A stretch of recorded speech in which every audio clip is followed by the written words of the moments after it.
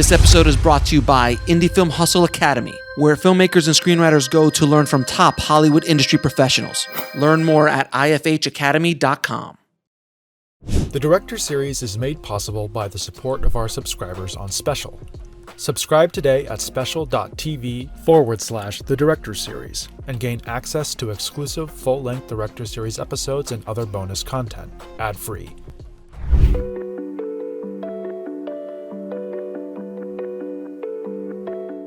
One of Mnuchin's programs at NYU was a summer workshop where teams of students performed designated roles on the production of a short film, a model that's since become widely adopted in film schools across the country. Scorsese had noticed that the coveted role of director often went to whoever wrote the selected script, so he took the initiative and penned his first student work, What's a Nice Girl Like You Doing in a Place Like This? My name's Algernon, but my friends call me Harry. Shot in 6 days over the summer of 1963, the short blends Mel Brooks's absurdist brand of comedy with the energetic expressionism of the French New Wave to tell the story of an anxious writer who becomes so entranced by a particular photograph that he suffers a terrible case of writer's block.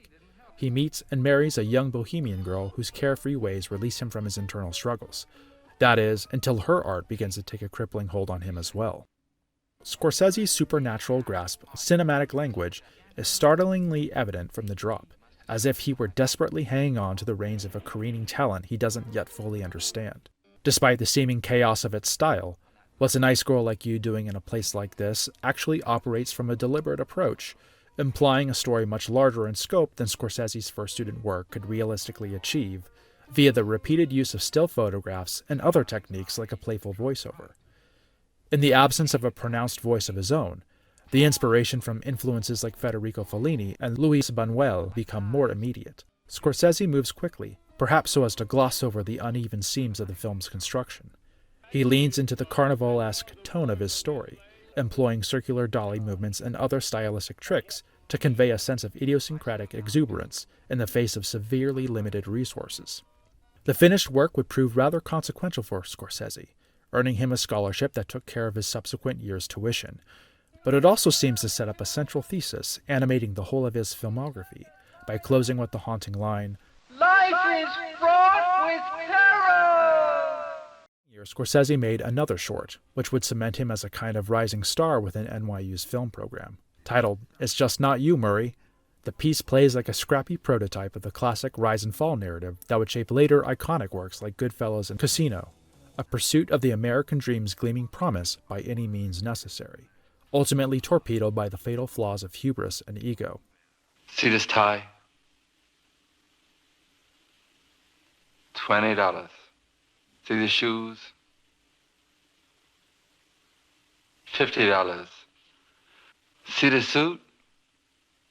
$200. Ira Robin stars as the titular Murray, Sam DeFazio as his buddy Joe, and Andrea Martin as Murray's aloof wife. Scorsese's mother, Catherine, even appears, the first in a long string of cameos that reinforce the director's highly personal approach to storytelling.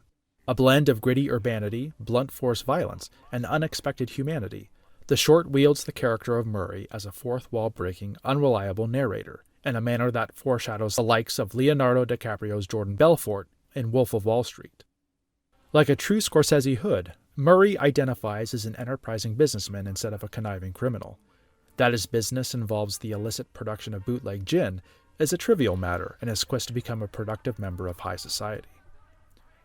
While the distinctive character of Scorsese's voice finds its first expressions here, It's Not Just You, Murray nevertheless wears its influences on its sleeve. His love for Italian films of the era is evident in a climax that rips directly from the ending of Fellini's 8½, complete with Murray dressed as Fellini himself. The self-referential, postmodern tropes of the French New Wave can be felt in the short's acknowledgement of its own filmic making, with Murray breaking the scene to address the sound man. This way. All right, cut the sound.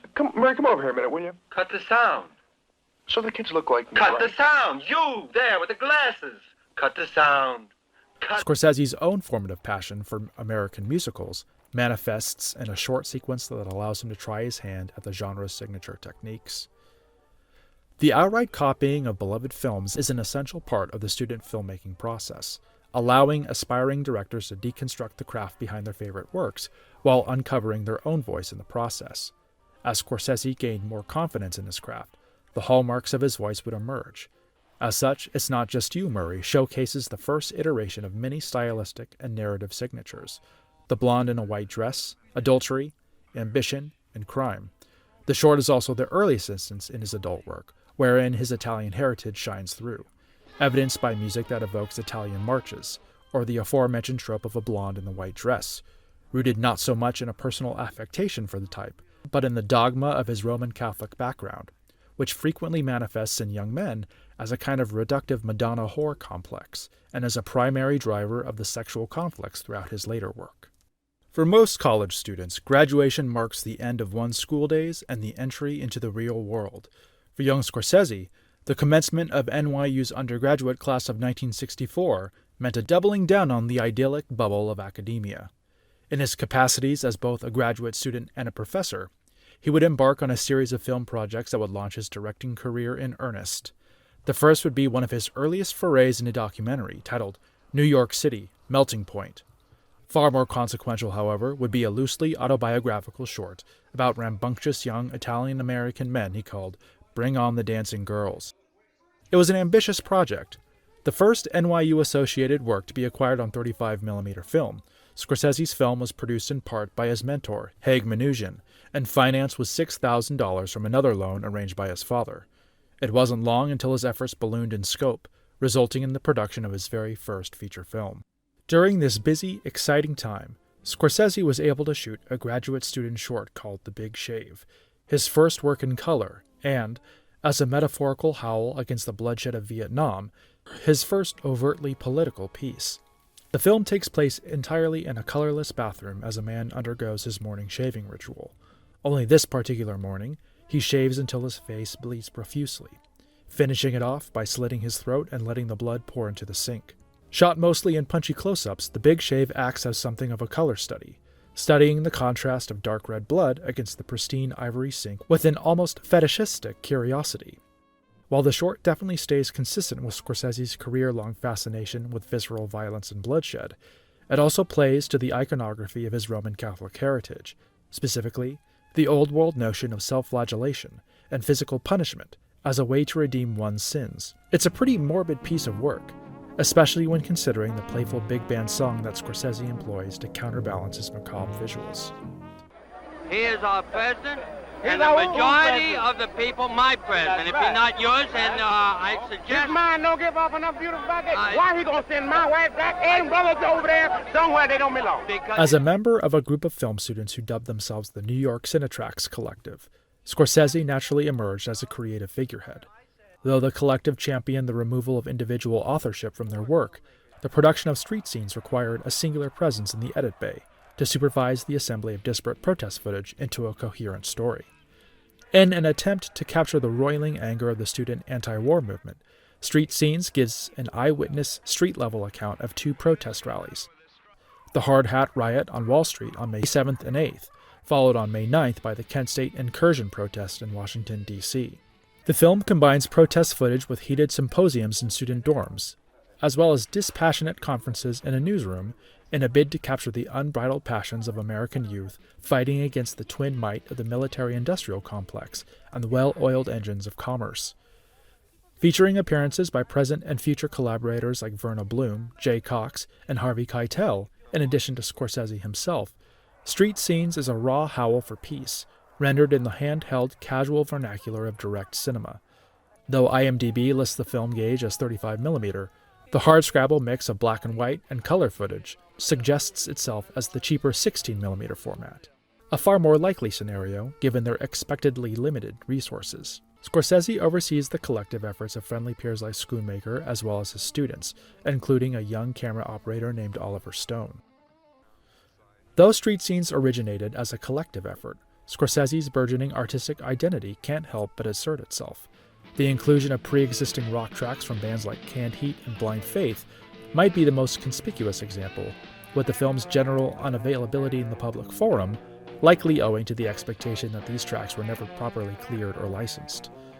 There's also images that speak to Scorsese's upbringing in a world caught between crime and faith, with protesters climbing up on a cross, or clashing participants lobbying their fists against their enemy as a kind of impotent substitute for their inability to reconcile the simmering conflicts within their own ranks. Cinema itself becomes a kind of unspoken theme throughout street scenes, a prelude to larger documentary explorations of the art form like A Personal Journey Through American Movies or My Voyage to Italy, as well as narrative meditations like Hugo. This starts with the formation of the Cinetrax collective itself, underlining the communal attitude towards filmmaking espoused by Scorsese's generation as they search for an alternative to the capitalistic hierarchy of traditional production. The opening finds students discussing the form and theory of cinema, especially as it pertains to conveying their anti-war message. They simply are very casual about aesthetics in cinema, in the sense that they don't want to work, they think they can just press the button and shoot. Their formal education in film makes for a palpable media literacy rivaled only by professional craftsmen. That they grew up immersed in this medium allows them to harness its power to an unparalleled extent. There's a reason why the filmmakers of the 1960s and 1970s loomed so large over the art form, and why so many groundbreaking works were produced in that era. Street Scenes, like other works from its time, is cinema made by those with an overabundance of passion and a complete lack of things to lose. Untempered by the cold, compromising realities of the adult world, these young voices endeavor to point out complicated injustices with the clarity of condemnation. They refuse to inherit this broken world, better than to simply smash everything up and start over fresh. The raw power that drove Scorsese's early successes is clearly behind the wheel here as well. Though it may be something of a lost work in his larger canon, Street Scenes is nevertheless an important one. In his forceful rebuke of Vietnam and the events of Kent State, the film sees Scorsese step out from the shadow of his old world heritage and embrace his destiny as an artist of his own time.